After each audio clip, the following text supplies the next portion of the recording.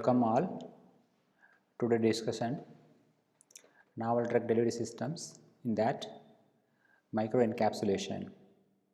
So it is one of the most common topic in the novel drug delivery system, microencapsulations. Today's discussion, the content of the topic is introduction, reasons for microencapsulations and the microencapsulation release mechanisms, coating material for microencapsulations, coating material properties, techniques to manufacture and applications. First, introduction. See the diagrammatic illustration of the microcapsule. The outermost is called as cell, the innermost called as core. Core is the drug material, very commonly called as API, and the outermost is called as cell wall, that is called as the coating material, that is supposed to be coating the drugs, and API enzymes is what supposed to microencapsulated, that is called as material, core material. The outermost is called as coating material. So this is about the short synopsis of microcapsule. The technique what we are using, the microcapsule preparation is called as microencapsulation. See, in the topic introduction, first definition, what is microcapsule? Microencapsulation is a process by which very tiny droplets or particles of liquid or solid, the core material may be a liquid or may be a solid, are surrounded or coated with a continuous film of polymeric material. The polymeric material otherwise called as a coating material. Generally it is a polymer solutions. The polymer solutions are prepared by the depends upon the solubility of the polymer. It may be prepared as aqueous or organic solvent. Microencapsulation may be defined as the process of surrounding or enveloping one substances within another substances on a very small scale, yielding capsule ranging from less than 1 micron to several hundred microns in size.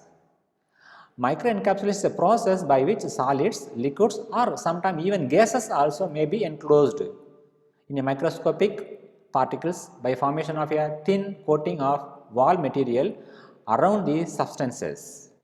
Generally, the microcapsules, the size range from micrometer, that is 50 micrometer to 5000 micrometers, that is simply called as microns. The particles illustrated in the diagrammatic representation, the core material, the outermost coat or wall or cell, coat or wall or shell material, that is called as outermost one. The core material inside what supposed to we can coat. The phases of the material is divided into two categories, core material and coating material. The product obtained by this process is called as microparticles. That API are the enzymes, vitamins, amino acids, nutrients, minerals, whatever supposed to be microencapsulated, that is called as product. That is called as product. The product obtained by this process is called as microparticles or microcapsules, or sometimes called as microspheres or coated granules, and randomly called as pellets. Particles having a diameter more than 3 and 800 micrometer, also known as microparticles or microcapsules, or sometimes microspheres. The range, as per the definitions, the particle range from 3 micrometer to and up to 800 micrometers, known as microparticles, microcapsules or microspheres. Particles larger than 1000 micrometer are known as macroparticles. This diagram illustrates the nature of microcapsules. They having layers, a number of coatings, encapsulation layer 1, encapsulation layer 2, and inside the core material nutrient, maybe amino acids, proteins, vitamins, or sometimes enzymes, they are supposed to be encapsulated.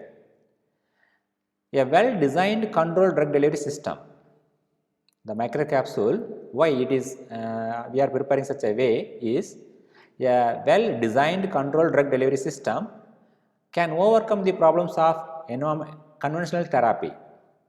So why we are preparing the microcapsule formulation is a conventional problem of drug delivery, improper release, fluctuation in the therapy, late night, inadequate supply of the drug in the bloodstream. These are the commonly available issues with the conventional model of drug delivery systems. So, in the novel drug delivery, microencapsulations, that is called as a well designed controlled drug delivery system, can overcome some of the problems in conventional drug therapy. Enhance the therapeutic efficacy of a given drug. That means drug wastage, drug side effect will be minimized, and indirectly they will put in place the increased therapeutic effect. To obtain maximum therapeutic efficacy, drug is to be delivered. How we can achieve the maximum therapy in the system, human body system, that is blood central compartment. So, we can achieve the maximum therapy in the body by to target tissues, the drug directly targeting to the tissues in the optimal amount, that is minimizing the wastage of the drug in the right period of time, what time the drug actually required, that is called as right period of time. So, in this way, to obtain the maximum therapeutic efficacy during drug release to drug onset of actions, thereby causing the little toxicity and minimal side effect. So, we are doing that by like this, ultimately thereby causing little toxicity. Drug means definitely have some toxicity. We can 100% avoiding toxicity not possible, but we can reduce the toxicity some extent by using the controlled microencapsulation techniques and minimal side effect. One such approach is using microsphere as carrier for drugs. Now, microcapsules are used for the environmental protection condition, and also we can using as a carrier for the drug delivery. Microcapsule approach, one such approach is using microspheres as a carrier for drug delivery drugs. Microspheres are characteristically free flowing powders. They are very spherical in nature and also free flowing nature. These are the advantages in the loading. Suppose microsphere injections, microparticle as eye drops, microparticle as a nasal drops. So, these are the things, and the particles are very easy powders for reconstitution. The free flow mechanisms are very much useful for reconstitutions consisting of proteins and synthetic polymers. So, the microcapsules we are preparing the consisting of proteins, protein itself as a drug, or protein may be used as a coating material some extent, that may be a natural proteins or synthetic polymers. Biodegradable nature, the carrier, the material what we are using is naturally generally biodegradable polymer, particle size less than 200 micrometers. So, we want to achieve a site specific targeted delivery. So, the biodegradability is important and particle size up to 200 micrometers also required. So, these are the things easily we can achieve by the microencapsulation technique. Reasons for microencapsulations. Number of delivery systems available in the pharmaceutical sciences. Still, why we are using the microencapsulation process? What is the merits over other drug delivery systems? To protect reactive substances from the environment. Mostly the API or enzymes or amino acids, vitamins, nutrients. These are the substances or chemical. We can say it is synonymously the body required medicaments or nutrients or enzymes, hormones. They are very sensitive to the environmental conditions, mostly the environmental conditions, that is light, temperature, radiations, humidity, microorganisms. These may affect the chemicals, that is vitamins too and drugs. So, we can protect this by using microencapsulation process. Simply the point number 1 says that to protect the reactive substances from the environment, to convert liquid active component into a dry solid systems. For example, some volatile oils, some liquid drugs that will be converted into the solid formulations for this safety and stability purpose. To separate incompatible component for a functional reasons, the drug having a two drugs or two functional group, they may easily get incompatible. Such a situations, the microencapsulation techniques to use to prevent such reactions, to protect the immediate environment of the microcapsule from the active component. The microcapsule environment will prevent the immediate the functional group of the active component. Isolation of core from its surroundings. As in isolating vitamins from the deteriorating effect of oxygen, the microencapsulation prevent the reactions with oxygens, retarding the evaporation of the volatile cores. So, microencapsulation process to prevent the evaporation process, particularly the oils like volatile oils. Improving the handling properties of sticky materials. For example, some chemicals hygroscopic in nature, they are very sticky with water content in the air. So, they will form a sticky mass. To avoid this, by improving the handling properties, by the way microencapsulation will be help. Isolating a reactive core from chemical attack. Isolating the reactive core from the chemical attack for safe handling of the toxic materials, very important in the research purposes. The material handling people very difficult to handle the such a chemicals, toxic chemicals. So, if the chemical is controlled manner, microencapsulation formulations of the chemicals, it is less harmful to the human body, those who are handling, to get targeted release of the drug, ultimately as a drug delivery system to get a targeted release of the drug. To control the release of the active component for delayed timed release of or long acting sustained release. Ultimately, the drug delivery, timed release or sustained release, extended release, that depends upon the coating process, the coating material, coating thickness, and the material what we are going to coating on the surface of the core material. That all play a role that control the release of the drug from the microcapsule.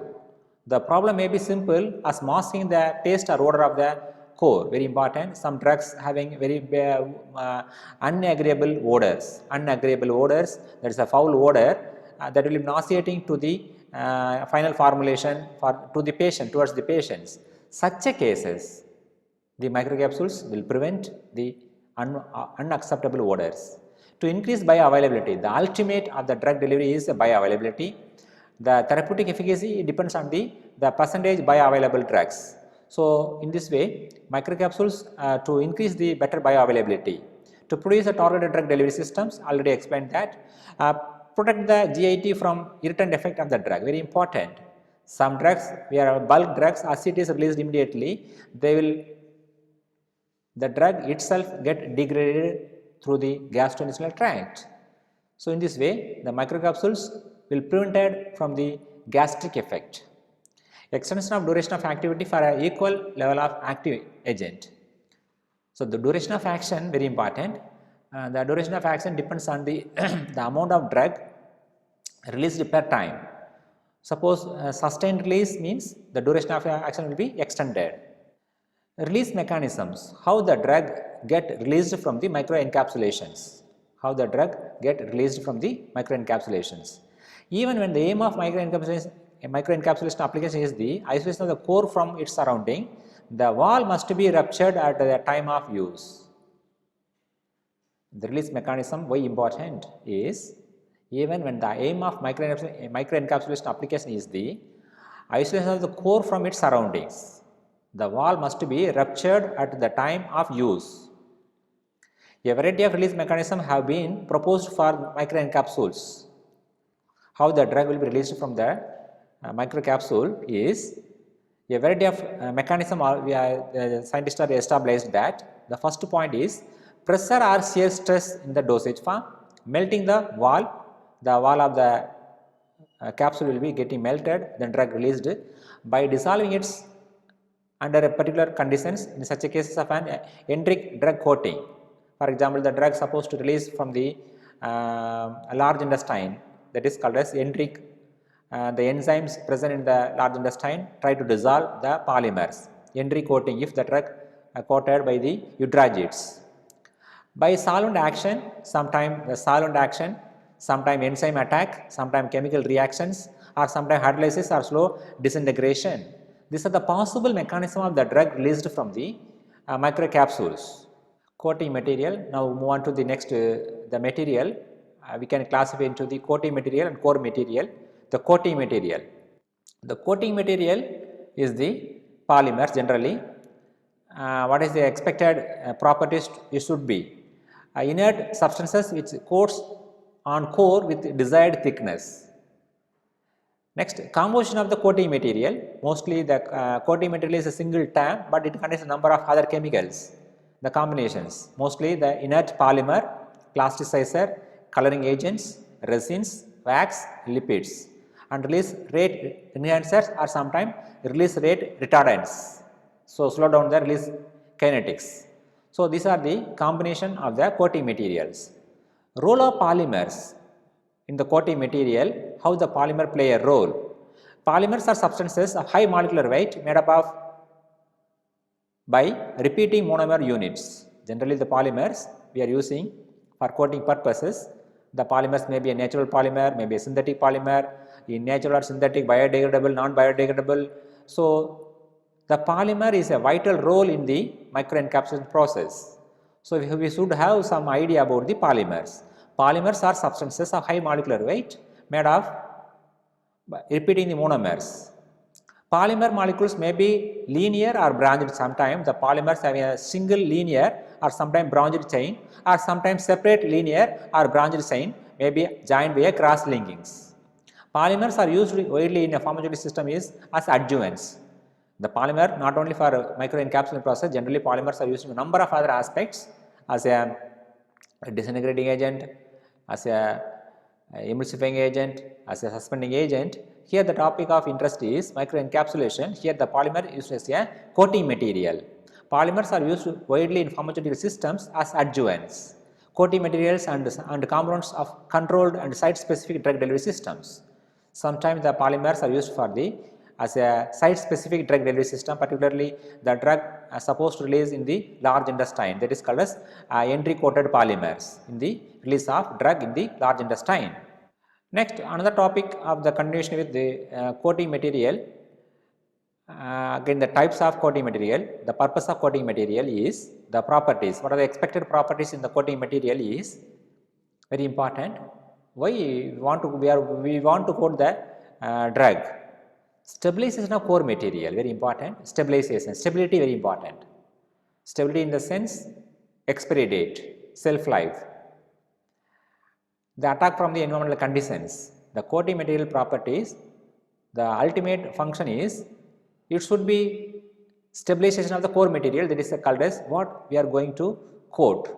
Inert toward active ingredient. The coating material should not react with the coating material, core materials. Control is under specific conditions.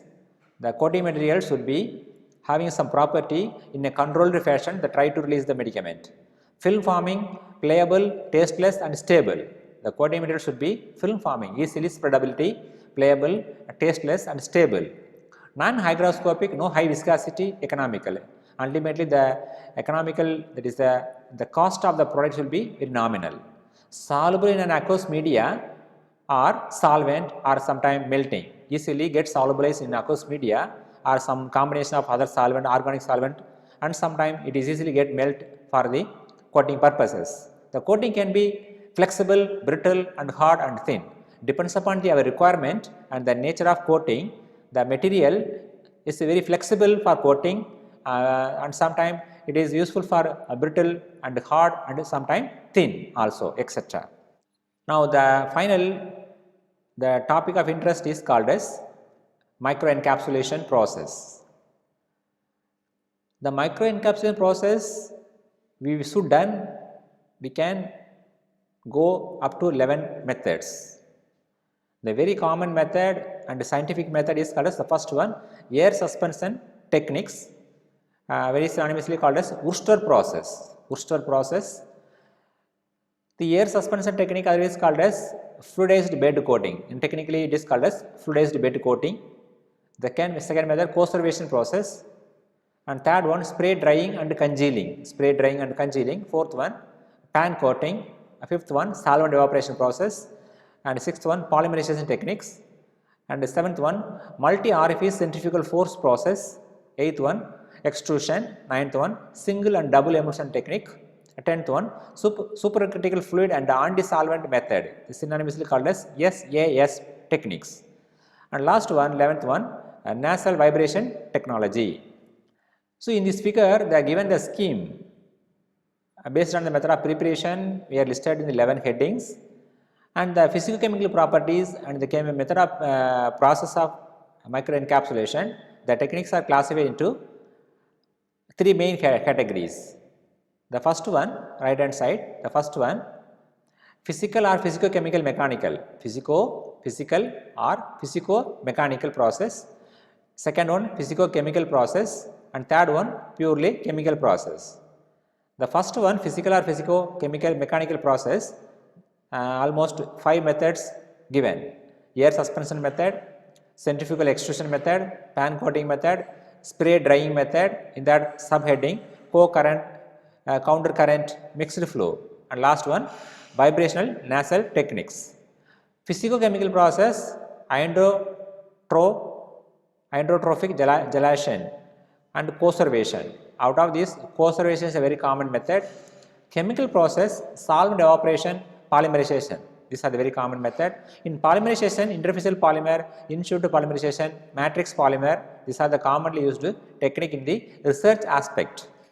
Then pharmaceutical applications. Pharmaceutical applications of microencapsulation. To improve the flow properties, very important, particularly the B complexes, thiamine, riboflavin, these are the bulk production. The flow very important for the copper to die and the punching process. For the good flow properties, the microcapsules are very much helpful. To enhance the stability, vitamins, that is called as vitamins, are mostly easily undergo for oxidation reduction reactions, hydrolysis reactions, because these are the amino group containing compounds. So, proper stability very important. For that, microencapsulations are useful. To reduce the volatility of material, particularly we want to store the oils, volatile oils, peppermint oil, methyl salicylate, they get easily at room temperature get evaporated. So, what happened? The volume get reduced because of the evaporation process. So, to reduce the volatility of material, example peppermint oil and methyl salicylate.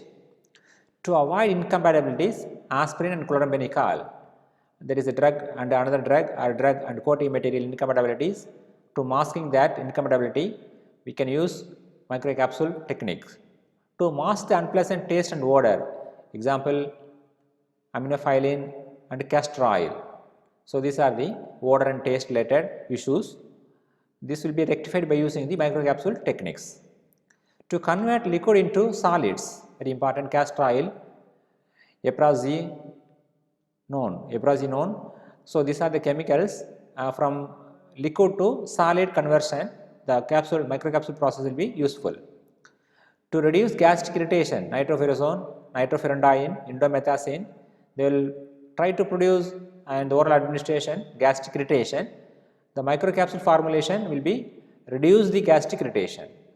Microencapsulation has been employed to provide protection to the core material against the atmospheric effect. Vitamin A palmitate. Separation of incompatible substances has been achieved by encapsulation. Incompatibility between the two drugs or two chemicals will be avoided. To mask a bitter taste of drugs like paracetamol, nitrofurantoin, etc. To reduce gastric and other gastrointestinal tract irritations. For example, sustained list of aspirin preparations have been reported to cause significantly less GIT bleeding than conventional preparations. That is, simple aspirin and the microencapsulated aspirin, they reduce the GIT irritation and bleeding. A liquid can be converted into a pseudo solid for easy handling and storage. Ebrazinone is a drug converted into the solid into liquid into solid. Hygroscopic properties of a core material may be reduced by microencapsulation, example sodium chloride. Carbon tetrachloride and a number of other substances have been microencapsulated to reduce their odor and volatility. To reduce volatility of liquid like peppermint oil, helps to prepare SRDF and entry coated products, controlled release product.